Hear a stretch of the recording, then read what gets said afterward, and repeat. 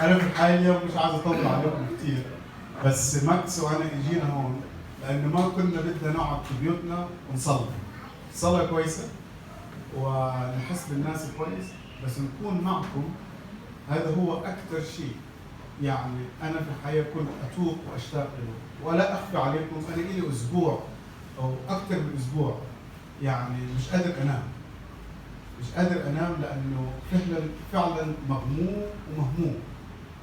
يعني الواحد لما بيشوف اللي حاصل في سوريا واللي بيشوف اللي حاصل هنا، وبالنسبه لي الاحداث ديت مش انه اخبار، ولكن وجوه واسامي وناس نحن نعرفهم.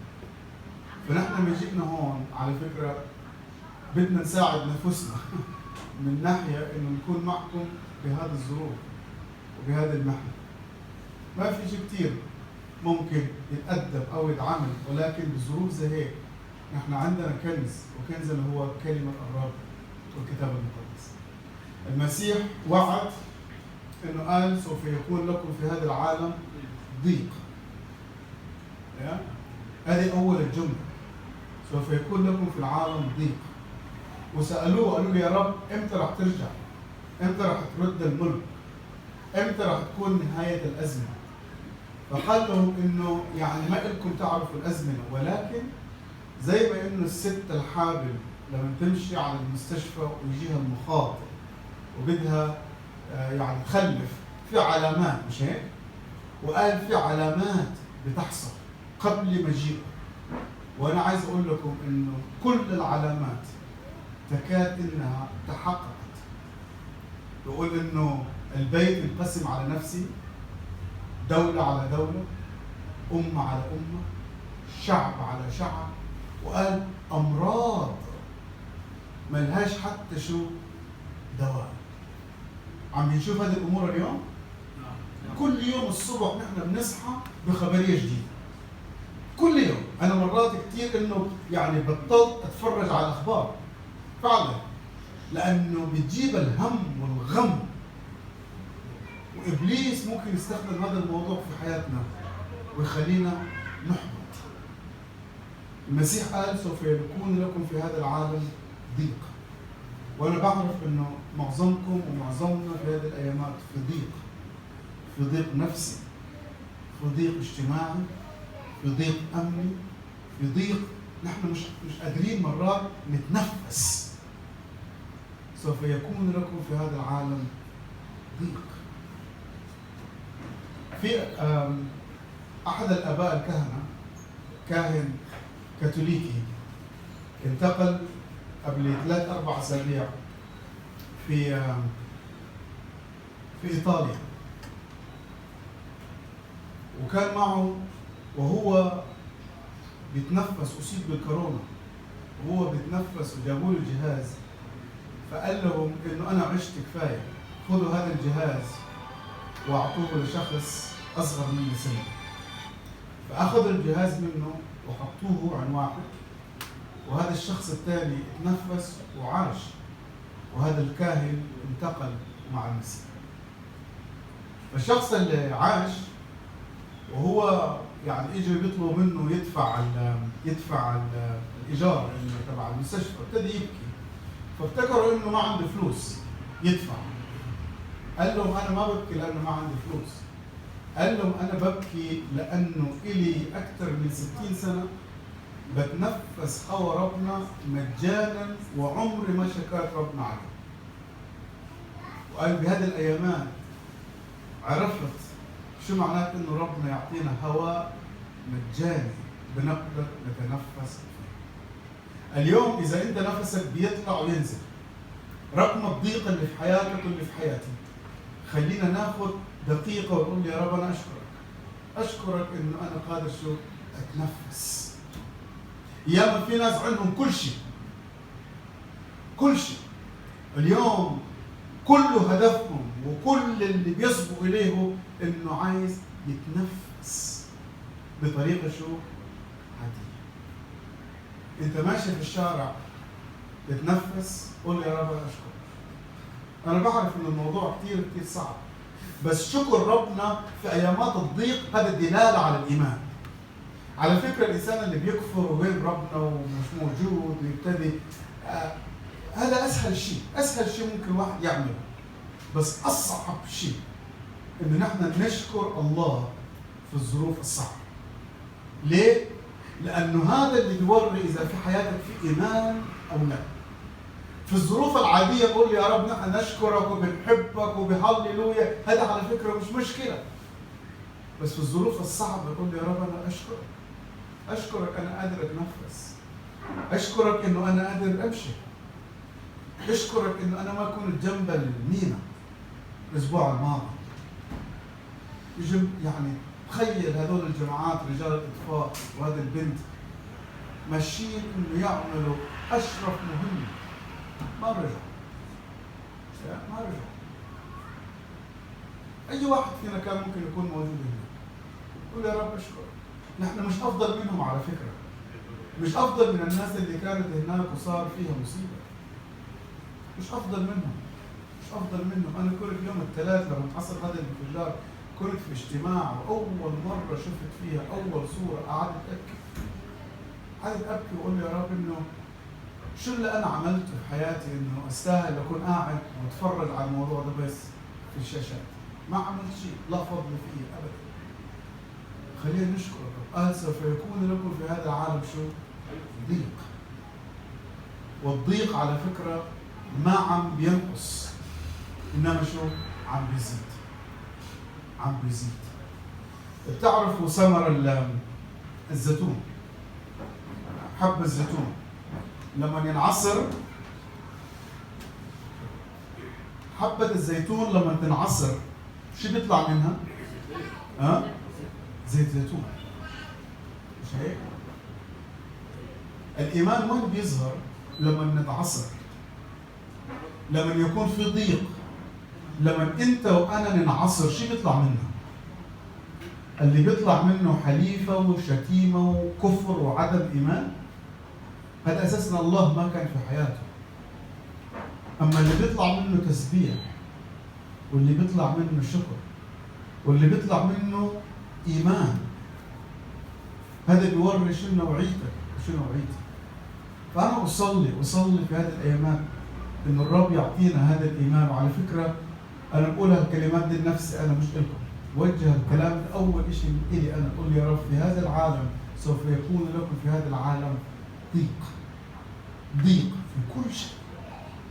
في كل شيء. على فكرة حتى أوروبا اللي بيفتكروا فيها كل الأمور ماشية كويسة، لا، عايشين في ضيق. الناس مش قادرة تسلم لبعض، الناس مش قادرة إنها تستضيف بعضها البعض، الناس عايشة في مسافة، وياما في ناس بتموت في بيوتهم متوحدين.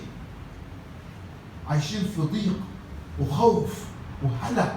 يعني دولة زي ألمانيا أكثر دولة متقدمة في العالم، ممكن أنت تقولوا هذول الجماعات ممكن يكونوا قاعدين حاطين رجل على رجل ويقولوا يجي اللي يجي. لا، أنتوا في حياتكم في فرح أكثر من ناس كتار عايشين في شوارع ألمانيا. سوف يكون لكم في هذا العالم شو؟ ضيق. هذه أول الآية. لكن باقي الآية يقول شو؟ ولكن ثقوا. مين اللي بيقول ثقوا؟ لا أنا ولا قاشا أسامة ولا حدا بيقول، إنما اللي بيقول مين هو؟ المسيح يسوع المسيح. بيقول شو؟ ولكن ثقوا. نحن اليوم عندنا ثقة كثيرة في القسيس أسامة. إذا اليوم أنت بتمر بظروف صعبة ويجي يقول لك يا أخي لا تخاف، قوي قلبك، اجمل. هل هذا الموضوع بيرفع معنوياتنا ولا لا؟ طبعا. بس هون اللي بيتكلم مش إنسان ولا رئيس دولة ولا حكومة. اللي بيتكلم هنا يسوع المسيح. بيقول ثقوا. ليه؟ لأني قد غلبت العالم. شو أكثر شيء الناس بتخاف منه اليوم؟ أكثر شيء الناس خايفة من شو؟ من الموت. في حدا وجد علاج للموت؟ الوحيد اللي قهر الموت هو مين؟ يسوع المسيح. الوحيد اللي الموت ما قدر انه يمسكه هو يسوع المسيح. وصدقني إذا أنت بتؤمن فيه اليوم، إذا بتؤمن فيه اليوم إن الموت بالنسبة لنا نحن كمؤمنين في المسيح بوابة للسماء. أنا اليوم قاعد في الطيارة قبل ما الطيارة تطلع وجاني خبر إنه عندنا أخ فاضل بالجزيرة اسمه دكتور جاني حداد من الأرمن. يعني لما بدأت الظروف في سوريا، هو مع انه دكتور، مع انه كان ممكن يطلع على ارمينيا، ممكن يطلع على اي مكان، قرر انه يضل بسوريا ويخدم شعبه ويخدم ناسه.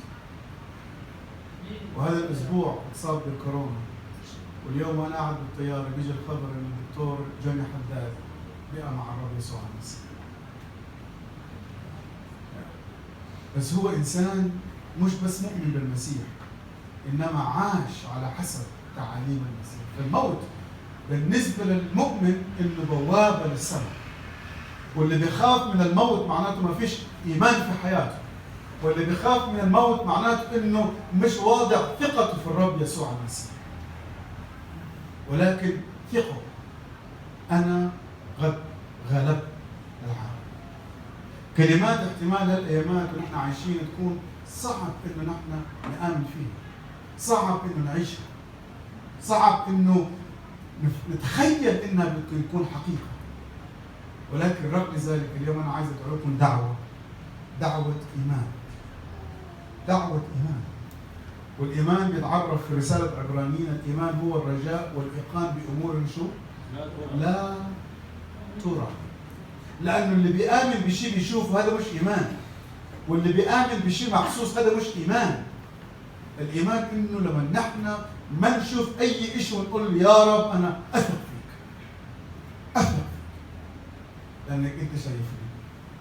قبل سنين قرأت قصة عائلة عايشة في الطابق الخامس في عمارة كبيرة، وفجأة نشب حريق في الطابق الخامس.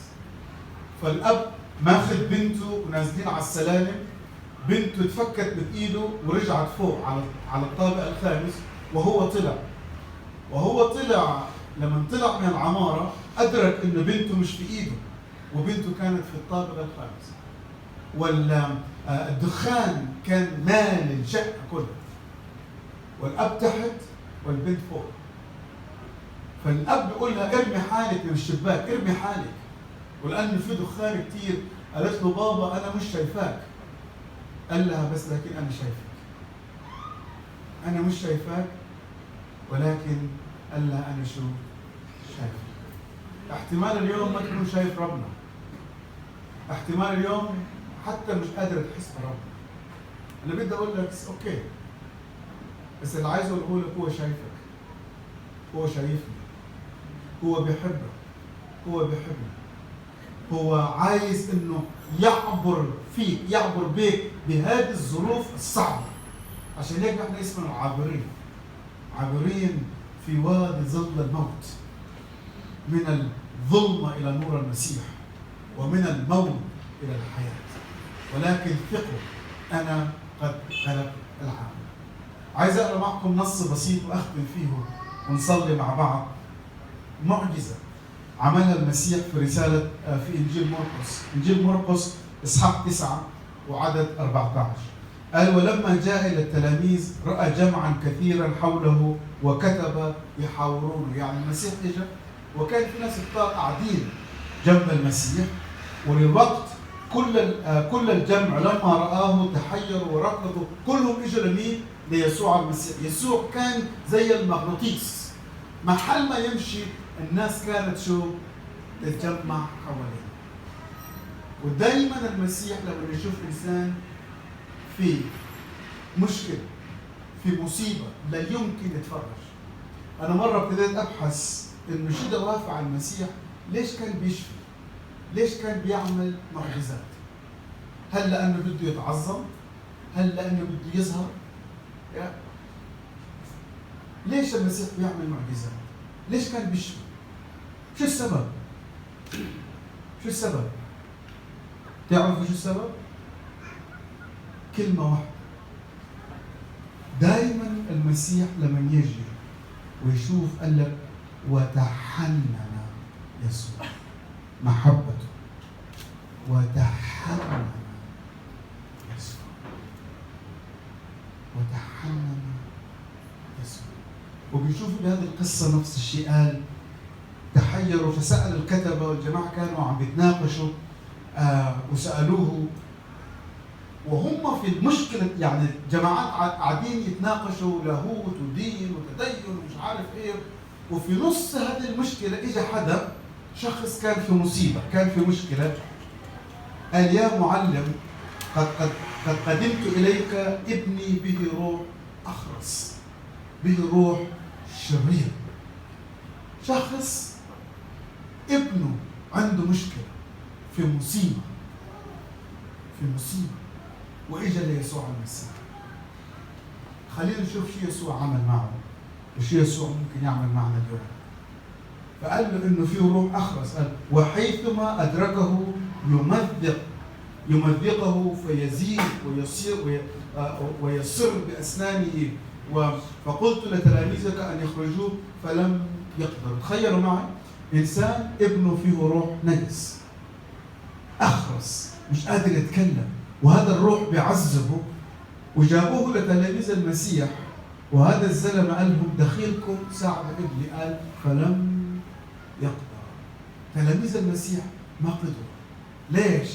لأنه كان في عدم إيمان في حياتهم. مش هيك احنا مرات بنجي وبنصلي وبدنا نعمل ومش قادرين لا نغير واقعنا ولا نغير الواقع اللي حوالينا، مش قادرين، لم يقدروا. تعرفوا ليه؟ لأن المسيح قال من غير لا تستطيعون أن تفعلوا شو؟ شيء. مش بعض الأشياء، إنما من غير المسيح لا نقدر أن نفعل أي شيء.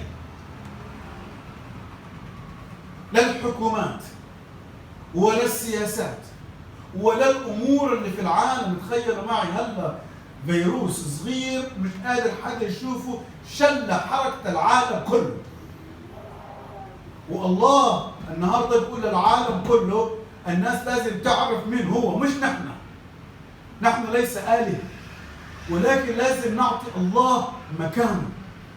هذا الفيروس على فكرة مش من اختراع ربنا، هذا الفيروس من اختراع الناس.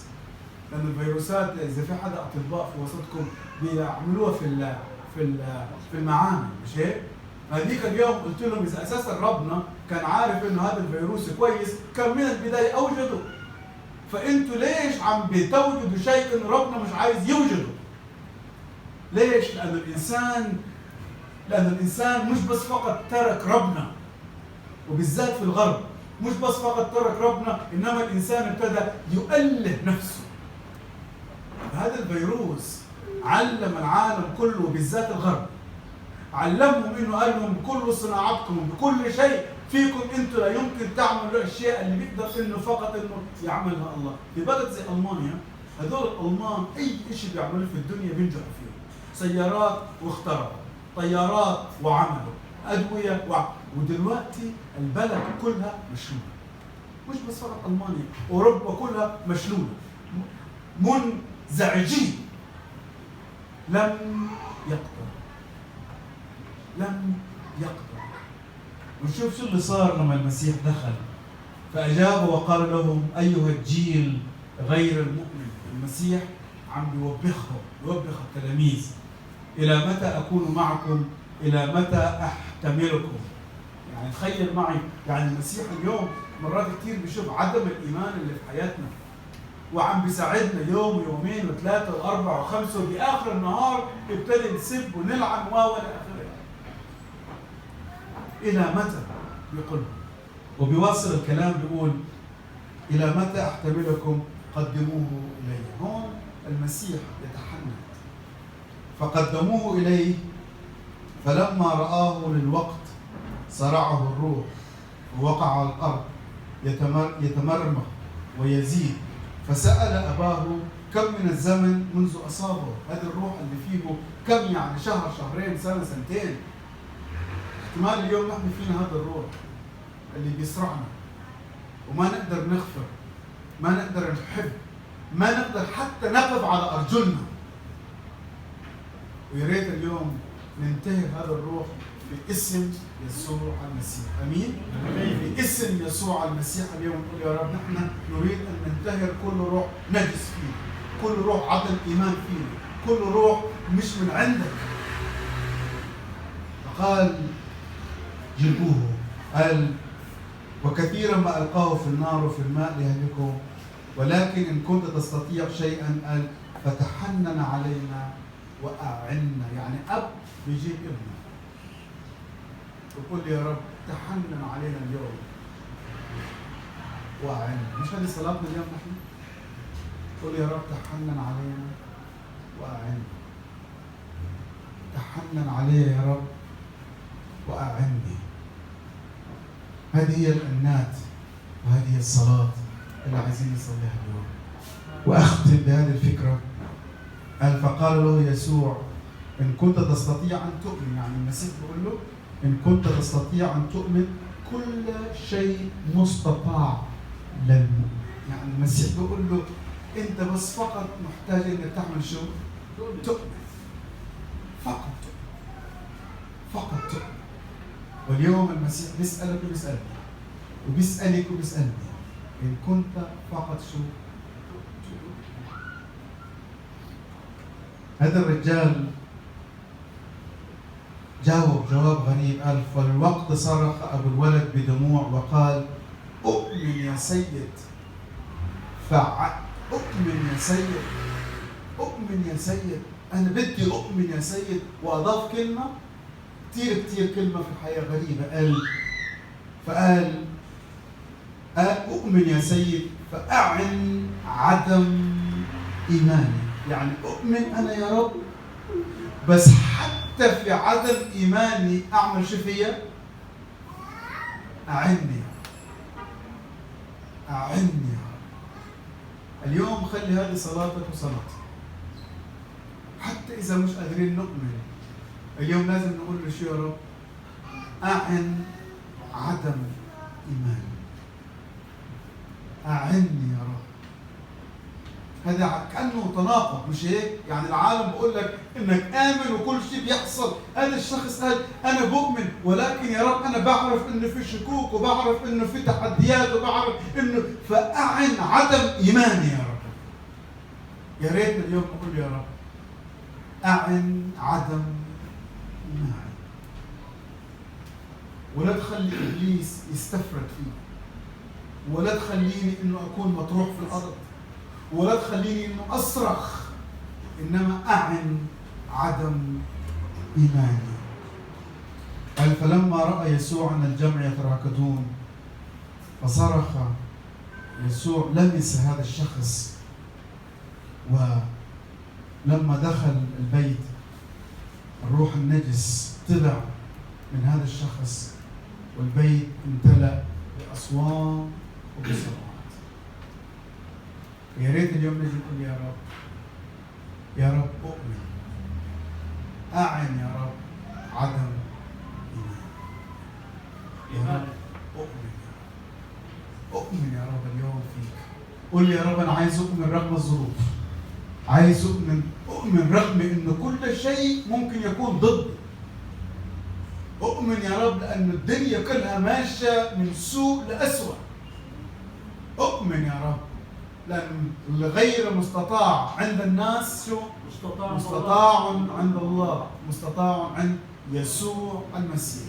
أمين؟ أمين. خلونا نصلي ونقول يا رب، قل يا رب، وانت ارفع قلبك، ارفع قلبك، وخلينا كلنا بصوت عالي، خلينا كلنا بصوت عالي.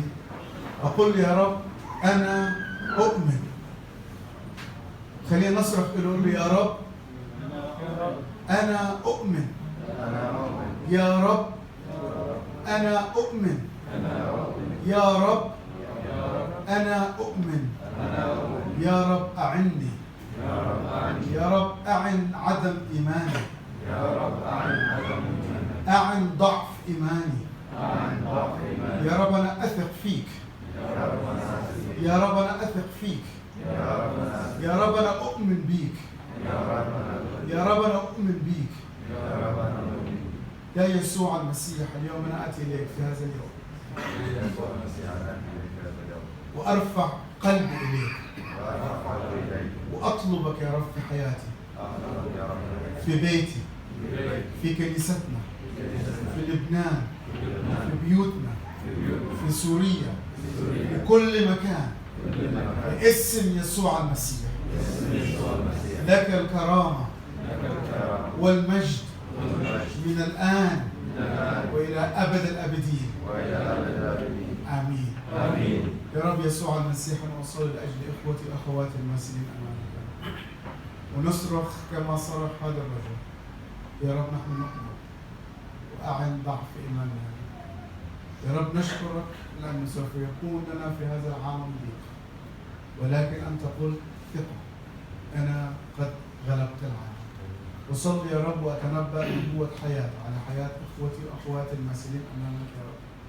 إذا كان يا رب اليوم في أي روح نجس يا رب في وسطنا، إذا في أي روح عدم إيمان يا رب، إذا في أي روح يا رب شكاية، إذا في أي روح انتقام، إذا في أي روح ما من عندك أنت يا رب، تنكسر اليوم في اسم يسوع المسيح، وأطلقنا في الحرية يا رب. اطلق عبيدك في الحرية يا رب. اطلق يا رب إخوتي وأخواتي يا رب.